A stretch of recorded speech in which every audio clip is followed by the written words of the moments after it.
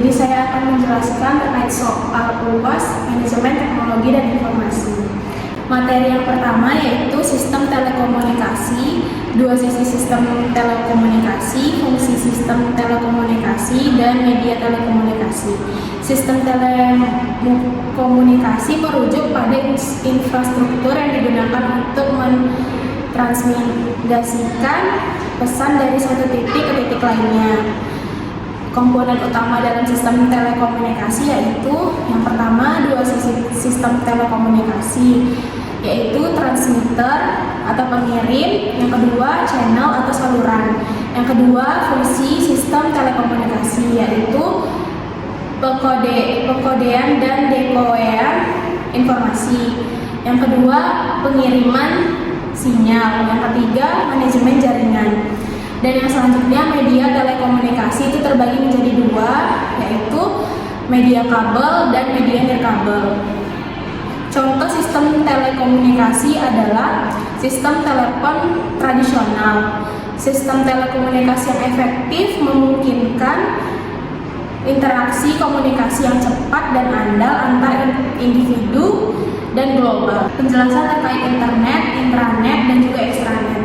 Internet adalah jaringan global yang terhubung menggunakan protokol internet, yaitu memiliki ciri khas. Yang pertama akses umum, yang kedua beragam aplikasi, yang ketiga skala global. Intranet adalah jaringan pribadi yang menggunakan teknologi dan protokol untuk memfasilitasi komunikasi internal di dalam suatu organisasi atau perusahaan. Yang ketiga, ekstranet. Ekstranet adalah perluasan dari internet yang memperluas akses pengguna pihak luar tertentu. Ciri khasnya terbagi tiga juga. Yang pertama, akses terbatas tetapi luas. Yang kedua, kolaborasi yang diperlukan. Yang ketiga, keamanan yang dikelola. Selanjutnya, materi ketiga menjelaskan terkait karakteristik sistem informasi fungsional, sistem informasi manajemen, sistem pemrosesan transaksi, sistem penjualan dan pemasaran, serta customer relationship management. Yaitu karakteristik dari sistem informasi fungsional terdiri dari yang pertama spesifik, yang kedua terfokus pada tugas tertentu, yang ketiga pengambilan keputusan operasional, yang kedua sistem informasi manajemen yang memiliki karakteristik yang pertama integrasi data dan informasi, yang kedua dukungan keputusan, yang ketiga perencanaan. Yang selanjutnya sistem perencanaan transaksi SPT, yaitu yang pertama pemrosesan data rutin, yaitu terkait penjualan transaksi dan lain-lain. Selanjutnya sistem penjualan dan pemasaran, yaitu memiliki tiga karakteristik. Yang pertama manajemen penjualan, pemasaran dan promosi, yang ketiga analisis kinerja. Selanjutnya customer relationship management terbagi menjadi tiga karakteristik. Yang pertama manajemen hubungan pelanggan, yang kedua integrasi dan data pelanggan, yang ketiga personalia layanan. Materi selanjutnya yaitu menjelaskan tentang e-commerce. E-commerce adalah suatu tempat untuk menjual dan membeli secara online atau dengan menggunakan internet. Jenis-jenis e-commerce yang pertama itu bisnis to konsumen, yang kedua bisnis to bisnis, yang ketiga customer to customer, yang keempat konsumen to bisnis, yang kelima government to business. Keuntungan dari e-commerce yaitu dapat mengakses global, menjangkau sampai keluar dunia. Yang kedua, biaya operasional yang rendah. Yang ketiga, kemudahan transaksi. Yang keempat, analisis dan pelacakan. Untuk batasan dan kegagalan di e-commerce itu menyangkut ada 4 poin. Yang pertama, keamanan privasi, yang kedua infrastruktur teknologi, yang ketiga tingkat penerimaan, yang keempat persaingan yang sengit. Aplikasi bisnis e-commerce yaitu ada 3, penelitian pasar, periklanan, dan layanan terhadap pelanggan. Penelitian pasar meliputi pengumpulan data, analisis data dan segmentasi pasar. Yang selanjutnya periklanan dan layanan terhadap pelanggan. Itu ada 2 poin. Periklanan online ini biasa dilakukan secara online menggunakan internet. Yang kedua, layanan pelanggan. Jadi pelanggan bisa dapat mengakses di internet bagaimana kepuasannya. Selanjutnya, soal materi selanjutnya tentang supply chain management, yaitu artinya pengelolaan aliran barang dan informasi dari titik awal. Jenis-jenis supply chain management yaitu ada terbagi menjadi 5. Yang pertama, supply chain integrasi vertikal, supply chain integrasi horizontal, supply chain manajemen global, supply chain manajemen teknik, dan yang kelima supply chain manajemen global. Selanjutnya, permasalahan yang terjadi di supply chain management biasanya itu ada 6 poin.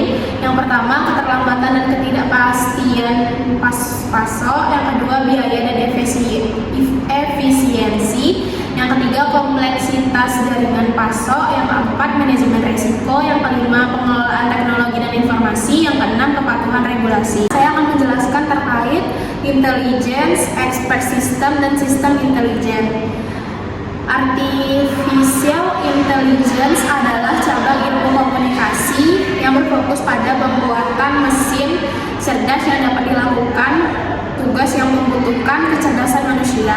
Expert system yaitu sistem AI yang dirancang untuk meniru pengetahuan dan keputusan biasanya dilakukan oleh manusia, yaitu memiliki 2 rekomendasi. Yang pertama, knowledge base. Yang kedua, inference engine, yaitu komponen yang mengaplikasikan untuk menarik kesimpulan.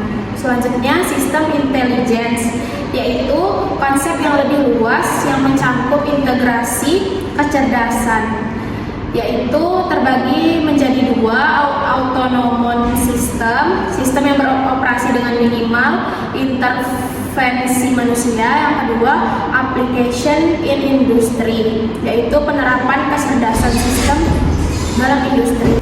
Penggabungan kecerdasan buatan dengan sistem expert dan konsep lainnya memiliki potensi besar untuk mengubah berbagai aspek kehidupan manusia dan cara bisnis dijalankan dengan meningkatkan efisiensi, inovasi, dan kualitas layanan. Selanjutnya, yang terakhir saya akan menjelaskan terkait materi HAKI, yaitu hak kekayaan intelektual yang memiliki pengertian hak-hak yang dimiliki oleh individu atau kelompok atas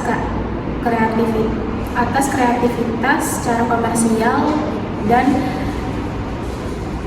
intelektual. Tujuan dari HAKI yaitu untuk mendorong inovasi, melindungi kepentingan pencipta atau pemilik, dan mempromosikan kekayaan intelektual sebagai aset ekonomi. Sejarah perkembangan HAKI yaitu pada awal pertengahan, yaitu konsep perlindungan atau hak cipta dimulai dengan perintah kerajaan untuk melindungi karya-karya sastra dan seni. Yang kedua, revolusi industri itu pada abad ke-18 dan 19. Dengan munculnya revolusi industri, perlindungan hukum semakin diperlukan untuk mendorong inovasi dan melindungi hak mutlak intelektual. Yang ketiga, perkembangan internasional, yaitu pada abad ke-20 muncul organisasi internasional. Manfaat dari HAKI yaitu ada 5. Yang pertama, mendorong inovasi dan kreativitas. Yang kedua, menghadirkan kekayaan intelektual sebagai aset ekonomi. Yang ketiga, perlindungan terhadap pencurian dan pemisuan. Yang keempat, pemberdayaan pencipta dan pemegang hak. Yang kelima, mendorong transfer teknologi dan pengetahuan. Jadi kesimpulannya adalah HAKI menjadi penting dalam era digital dan globalisasi saat ini, di mana karya-karya intelektual dapat dengan mudah disebarkan dan dimanfaatkan di seluruh dunia. Demikian terkait materi UAS yang dapat saya sampaikan. Lebih dan kurangnya saya mohon maaf. Assalamualaikum warahmatullahi wabarakatuh.